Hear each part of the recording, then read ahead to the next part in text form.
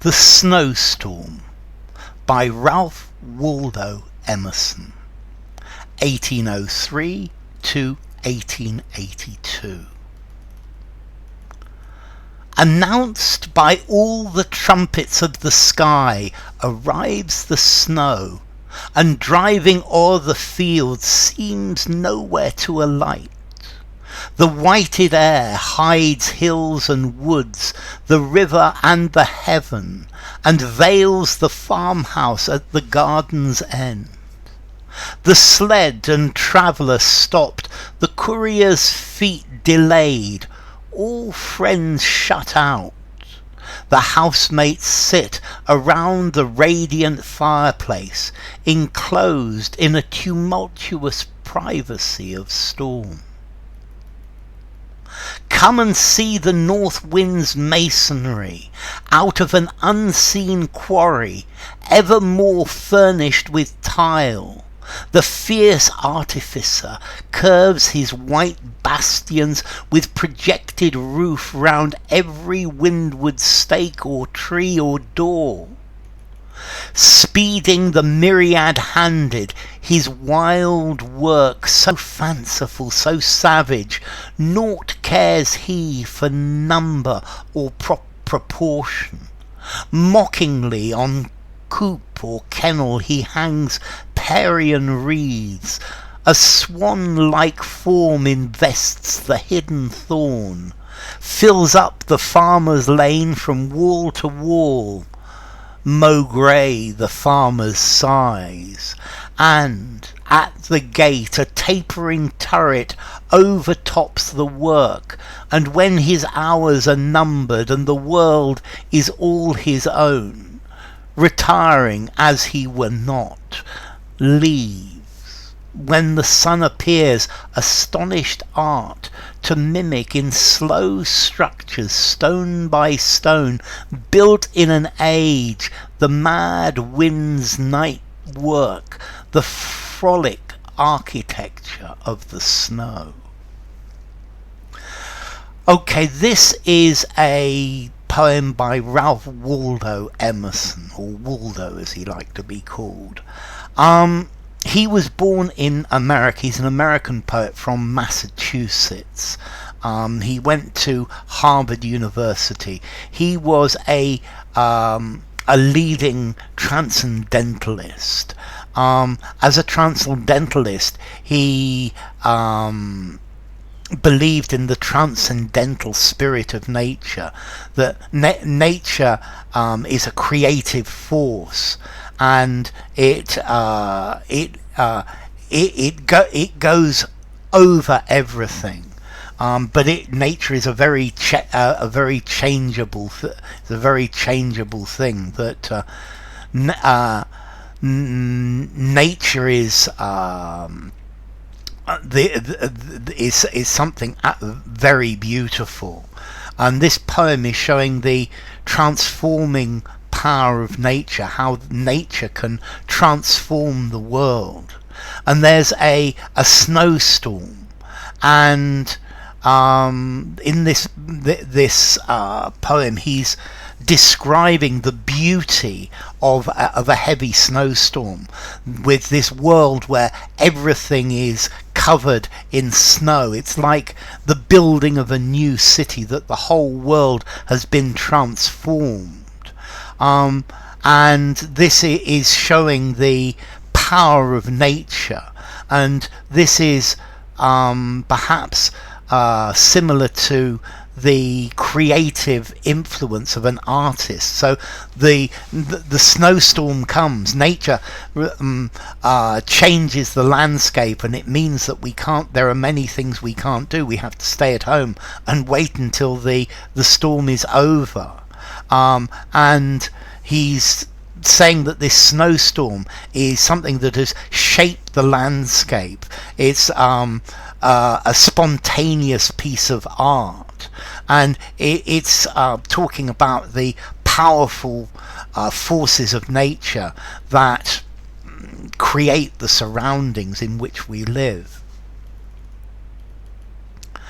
Announced by all the trumpets of the sky, arrives the snow. So the snow is, it arrives. There are all of the signs in the sky. This dark grey sky, perhaps the wind, and all of the signs show that it's going to snow. And then it snows, and driving o'er the fields, and this snow is driven over the fields, seems nowhere to alight. So this snow is being blown, but it doesn't seem to land anywhere. Yeah, although it is landing and it's clearly building up, it doesn't seem like it lands anywhere. The whited air, I love this, the air that has been made white, hides hills and woods, the river and the heaven. So everything is white, yeah? The white is hiding the hills, it's hiding the woods, it's hiding the river, it even hides the sky. There is just this white of the sky, and veils the farmhouse at the garden's end. So I think he's looking out of a window at the garden, and I think there's a farmhouse beyond the end of the garden, and this is completely covered in a veil of white. The sled and traveller stopped, the courier's feet delayed, all friends shut out. So you can't go anywhere on your sledge, you can't travel. And a courier, the postman, somebody taking messages or parcels, that they are delayed because you can't travel in weather like this. All friends shut out, nobody can come and visit you. You're stuck at home. The housemates sit around the radiant fire. So the people of the house are sitting round the fire, but nobody can come. Enclosed in a tumultuous privacy of storm. So the people who live in the house, they're sitting round the fire's burning warm. And this is this private world. You know that no one will come, nothing's going to come in, nothing's going to come out. It's incredibly private. It's this private place where the family, everyone is together. Come see the north wind's masonry. And then he says, come and look at the world that this storm has built. Look at the buildings, the masonry, the bricks put one on another that the north wind has created. Out of an unseen quarry, evermore furnished with tile, the fierce artificer curves his white bastions with projected roof round every windward stake or tree or door. So the wind has quarried, has cut stones to make this, and it's put a tiled roof over everything.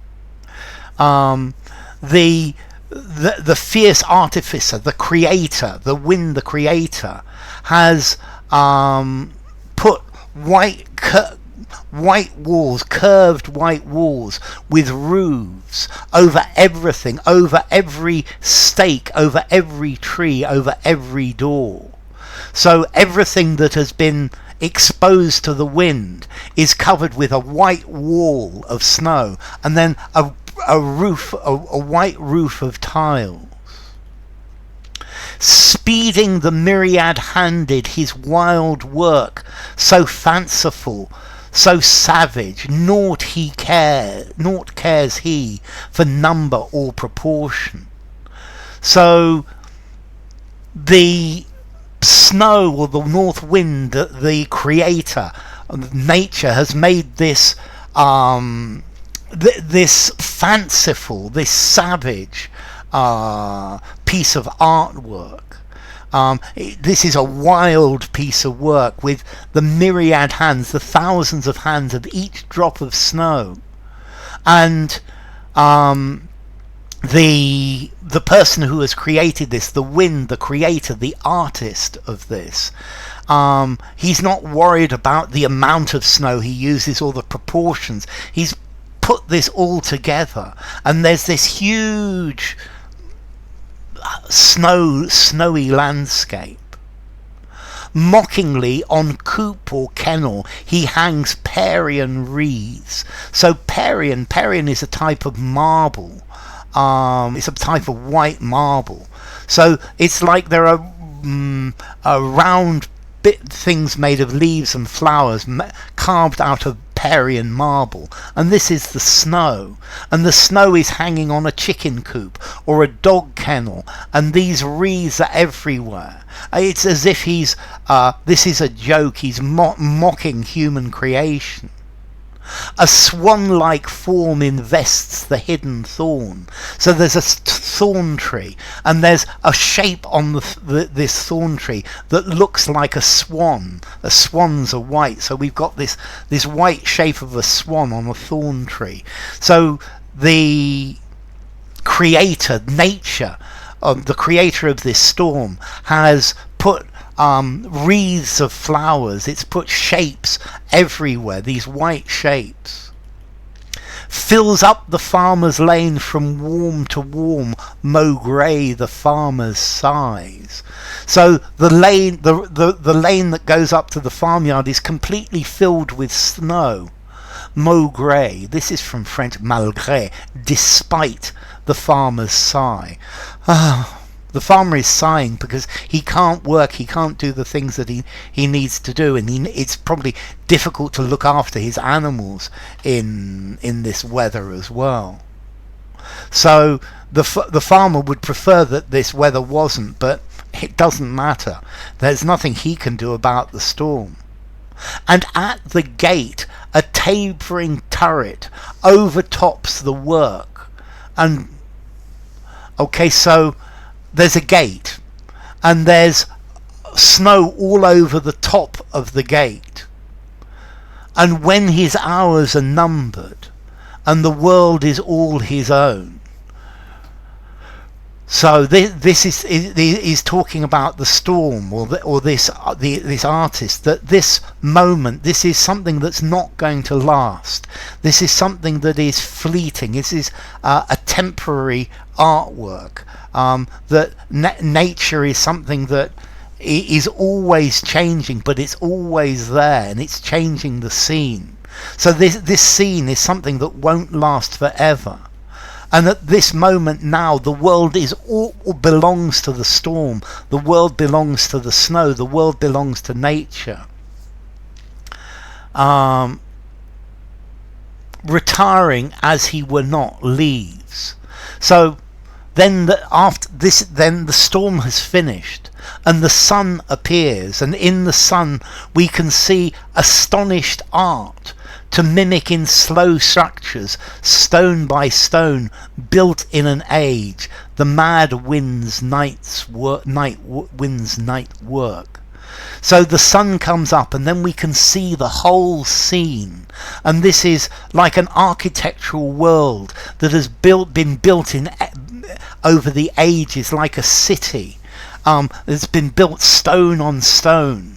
And we can see that the work of the night work of the storm, the work that the storm has created, this beautiful scene, the frolic architecture of the snow. So this is like the game of the snow, the game of nature. Let's make this beautiful thing, and then it'll melt and be gone. So it's showing that nature is it has a special power over everything, that nature can transform the world, and nature has this hand that nature shapes the world that we live in. And the whole thing, it's like nature being, or the storm being, the hand of an artist shaping this beautiful picture. So it's almost like paralleling the fact that art and works of art shape our world, they shape our lives, and so does nature, and they are the same thing. So, The Snowstorm by Ralph Waldo Emerson.